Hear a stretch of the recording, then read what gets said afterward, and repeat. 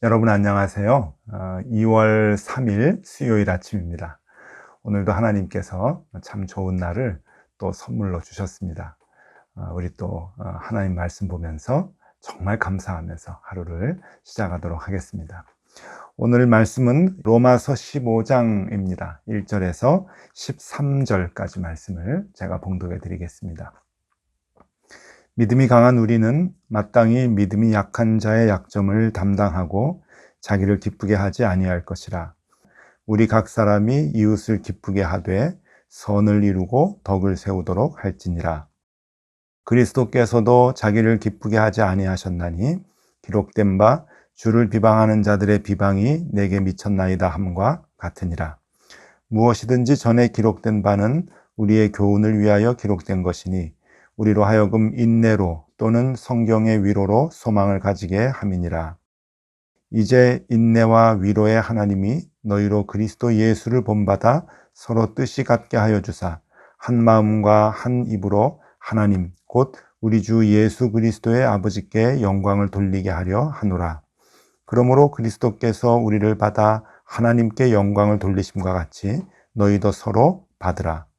내가 말하노니 그리스도께서 하나님의 진실하심을 위하여 할례의 추종자가 되셨으니 이는 조상들에게 주신 약속들을 견고하게 하시고 이방인들도 그 긍휼하심으로 말미암아 하나님께 영광을 돌리게 하려 하심이라. 기록된 바 그러므로 내가 열방 중에서 주께 감사하고 주의 이름을 찬송하리로다 함과 같으니라. 또 이르되 열방들아 주의 백성과 함께 즐거워하라 하였으며 또 모든 열방들아 주를 찬양하며 모든 백성들아 그를 찬송하라 하였으며 또 이사야가 이르되 이새의 뿔이 곧 열방을 다스리기 위하여 일어나시는 이가 있으리니 열방이 그에게 소망을 두리라 하였느니라. 소망의 하나님이 모든 기쁨과 평강을 믿음 안에서 너희에게 충만하게 하사 성령의 능력으로 소망이 넘치게 하시기를 원하노라. 아멘. 네, 여러분 오늘부터 로마서 또 15장 3일 동안 우리가 보게 되었습니다. 이 로마서 15장은 12장부터 이어지는 실천 부분, 우리가 어떻게 행동해야 될 것인가 라고 하는 것의 마지막 이제 결론을 얘기해 주는 그러한 그 말씀들입니다. 12장부터 우리가 쭉 살펴봤는데요. 교회에서는 어떻게 할 것이냐, 그리고 이웃들과의 관계는 어떻게 살아가야 할 것이냐, 사회에서는 국가와의 관계는 우리가 어떻게 정립을 해야 될 것이냐, 믿음의 사람으로서 어떻게 살아가야 될 것이냐 하는 것들을 조목조목 그렇게 살펴보았습니다. 참 쉽지 않죠. 어렵습니다. 여러분 어제 삼각형 마음에 아직도 그리고 계십니까? 하나님의 의가 드러나도록, 그리고 내 마음에는 평강이 사라지지 않도록, 그리고 우리 공동체에는 기쁨과 희락이 늘 있도록, 이 세 가지가 밸런스가 잘 맞아야 된다라고 말씀을 드렸죠. 그런 것을 의식을 하고 하나하나 판단하고 결정해 나가는 것이 쉽지는 않지만 언제나 마음속에 그 기준을 갖는 것은 중요하다고 생각을 합니다. 자, 오늘 15장에서는 믿음이 성숙해진 자들은 그럼 어떻게 생활해야 할 것이냐라고 하는 것을 얘기해 주고 있는데 1절 말씀이 중요합니다. 1절 제가 읽어드립니다. 믿음이 강한 우리는 마땅히 믿음이 약한 자의 약점을 담당하고 자기를 기쁘게 하지 아니할 것이라. 네, 여기서 믿음이 강한 우리는 그랬습니다. 이 믿음이 강한 우리는 이라고 하는 이 표현은 달리 표현하면은 믿음이 성숙한 우리는, 믿음이 깊어진 우리는, 그런 이야기죠. 그러니까 이것은 달리 말하면 믿음이 성숙해져 간다고 하는 것이 무엇이냐, 믿음이 강해져 간다고 하는 것이 무엇이냐라고 하는 것을 우리에게 얘기해 주고 있습니다. 로마 교회 안에도 오래된 신앙을 갖고 있는 사람들이 있었고 이제 막 그리스도 예수를 알아서 교회에 입문한 그런 사람들도 있었겠죠. 그러한 공동체를 이루면서, 신앙의 공동체를 이루면서 믿음이 먼저 된 사람, 믿음이 강한 사람도 있고 또 믿음이 약한 사람들도 있는데 그 먼저 된 자의 책임은 무엇이냐, 믿음이 성숙해진다고 하는 것이 무엇이냐라고 하는 것을 우리에게 얘기해 주고 있습니다. 아마 매일 아침 이 매일 주심 기도회를 갖고 이제 경건의 시간을 갖는 그 여러분들 중에서도 신앙생활을 오래 하신 분들이 많이 계실 텐데, 믿음이 성숙해진다고 하는 것이 무엇인가 하는 것을 오늘 우리가 깊이 좀 생각해 보면 좋겠다 여겨집니다. 그 답은 2절에 나와 있는데요. 2절에 바울은 이렇게 얘기합니다. 우리가 각 사람이 이웃을 기쁘게 하되 선을 이루고 덕을 세우도록 할지니라. 두 가지로 얘기하죠. 선을 이루고 덕을 세워라. 네, 선과 덕이라고 하는 겁니다. 선을 이뤄라, 그리고 덕을 세워라. 선을 이루고 덕을 세워라 라고 하는 것, 말은 참 쉬운데 이건 또 어떤 부분들을 얘기하는가. 베드로후서 1장 5절에 보면은, 5절 6절에 보면은 믿음의 8가지 단계를 우리에게 얘기해 주고 있는데, 믿음의 덕을 세우고 그렇게 얘기합니다. 그러니까 믿음이 있으면은 그 믿음으로 끝나면 안 된다. 그 믿음의 덕을 세워야 된다라고 얘기를 하죠. 그게 단계라고 하는 거예요. 믿음은 덕과 같이 가야지, 덕이 없으면 그 믿음은 가짜 믿음이다. 그 믿음은 실천이 없는 죽은 믿음이다 라고 하는 건데, 그 실천이 덕이다 라고 하는 겁니다. 여기서는 선과 덕을 같은 개념으로 썼겠죠. 선을 이루고 덕을 세워라. 자, 그 덕이 무엇인가 하는 것을 바울은 두 가지로 우리에게 얘기해 주고 있습니다. 첫 번째는 나를 기쁘게 하지 않는 것이 덕이다. 그러니까 나를 기쁘게 하는 것이 아니고 오히려 남들을 먼저 배려하고 남들을 기쁘게 하는 그 마음을 갖는 것, 그것이 덕을 세우는 것이다 하는 겁니다. 자, 3절 말씀입니다. 그리스도께서 자기를 기쁘게 하지 아니하셨나니 기록된 바 주를 비방하는 자들의 비방이 내게 미쳤나이다 함과 같으니라. 예수님께서 그렇게 행하셨다라고 하는 것이죠. 예수님도 이 땅에 오셔서 평생을 사시는 동안, 길지 않은 33년이지만 그 모든 삶의 여정이 남을 기쁘시게 하는 삶의 모습이었다라고 하는 거예요. 여러분, 누구나 다 자기의 기쁨을 위해서 살지 않겠습니까? 좀 더 나은 편안한 삶, 좀 더 기쁘고 또 즐기기 위한 삶을 위해서 노력하고 애를 쓰는데, 믿음이 깊어진다라고 하는 것은 자기를 위해서 애쓰고 수고하는 그 삶의 퍼센테이지, 에너지의 그 퍼센테이지가 점점 낮아지는 것이죠. 줄어들고 남들을 위해서 수고하고 노력하는 그러한 그 일들이 커지는 것을 의미합니다. 쉽지는 않겠지만 조금씩 나로부터 남에게 관심을 갖는 그 에너지를 키워나가는 것, 그것이 중요하다라고 하는 겁니다. 여러분, 이것은 몇 퍼센트, 남들을 위해서 몇 퍼센트의 삶을 살아야 된다, 그것을 얘기하는 것이 아니죠. 오늘보다 내일이 조금 더 크면 되고, 내일보다 그 다음 날이 조금 더 많아지면 되는 것입니다.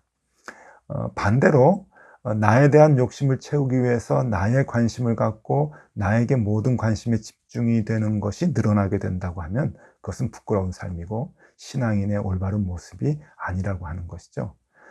신앙이 성숙해진다, 신앙이 강해진다 라고 하는 것은 덕을 세워나가는 일인데, 그 덕은 남들을 더 기쁘게 하는데 애를 쓰는 그 모습을 의미하는 것입니다.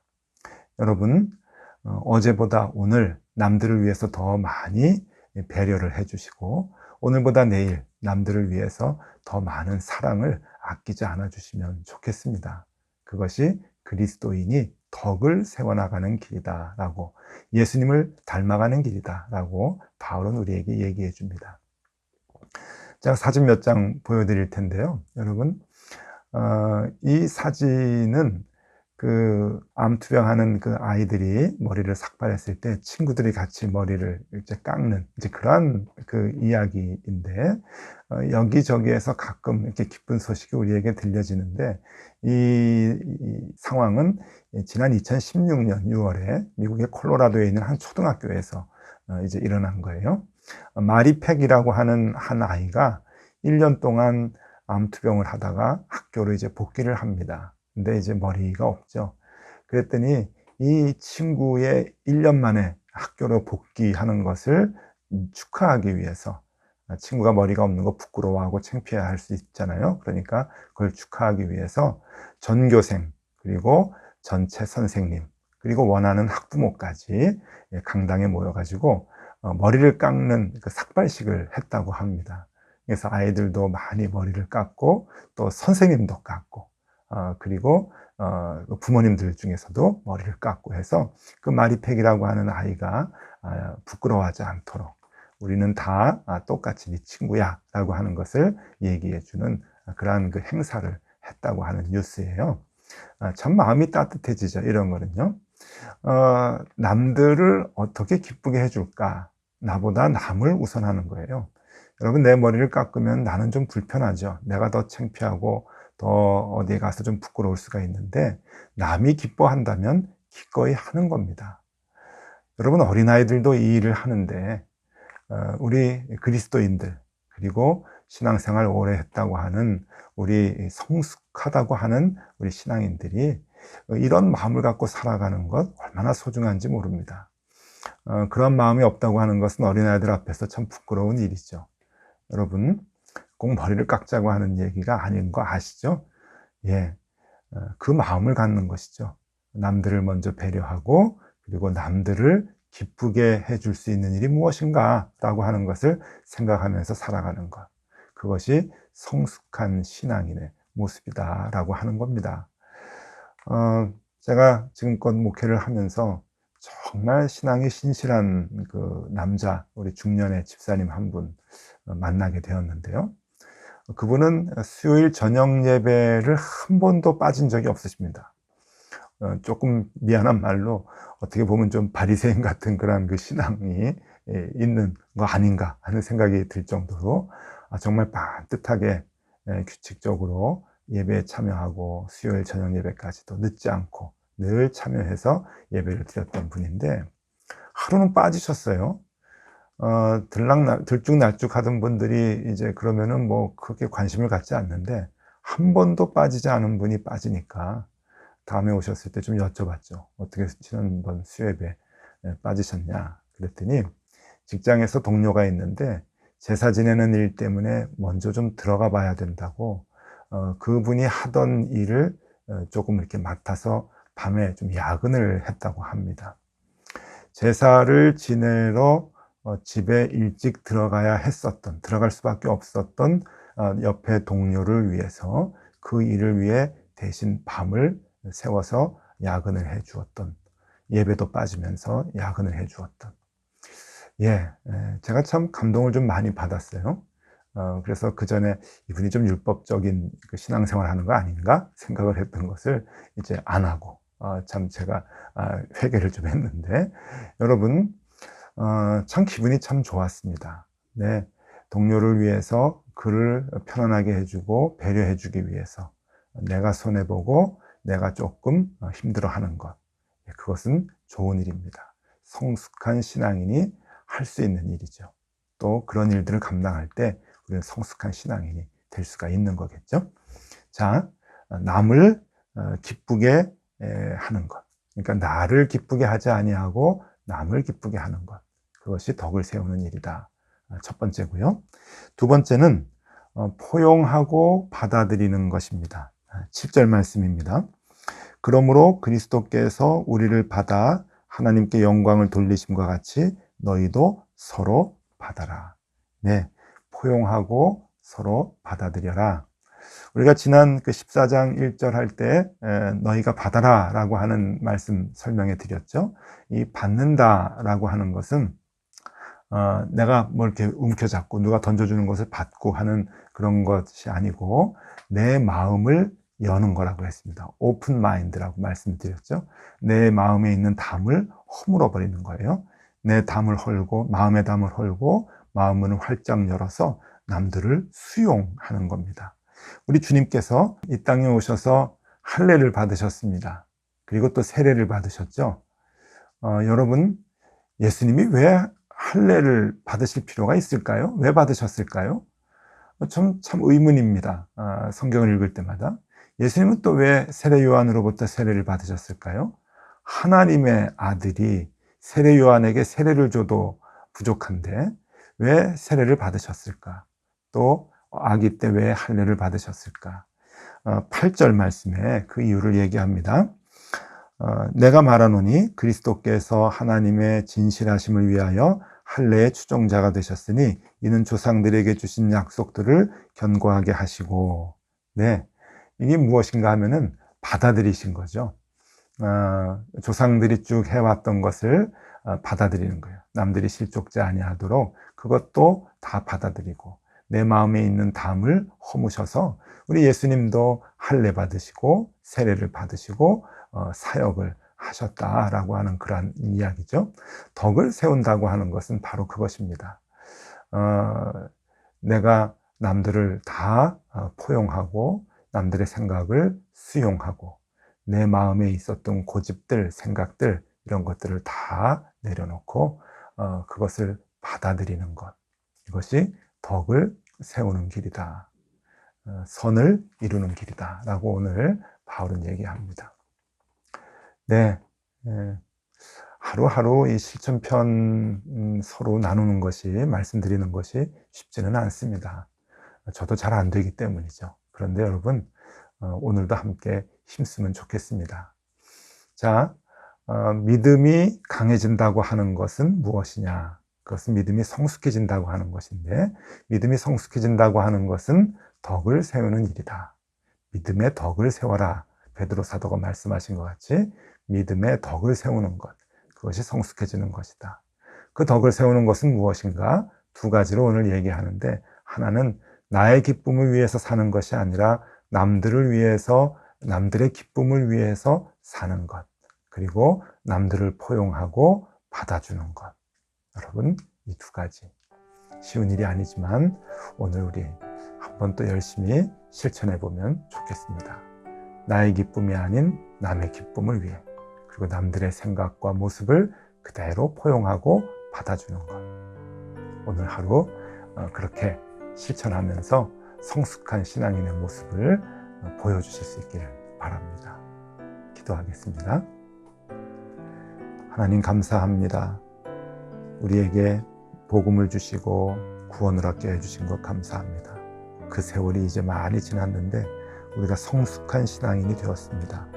무엇이 우리를 성숙하다고 얘기해 줄 수 있겠습니까? 하나님, 우리가 오늘 이웃을 위해서 그들을 기쁘게 해주는 일에 힘쓰게 하여 주시고 이웃들의 많은 생각과 그리고 모습들을 그대로 포용하고 받아주는 그러한 삶을 오늘도 살게 하여 주시옵소서. 그렇게 덕을 세워나가며 믿음의 성숙을 보이는 하루가 되게 하여 주옵소서. 예수 그리스도의 이름으로 기도드리옵나이다. 아멘. 네, 함께 기도하시겠습니다.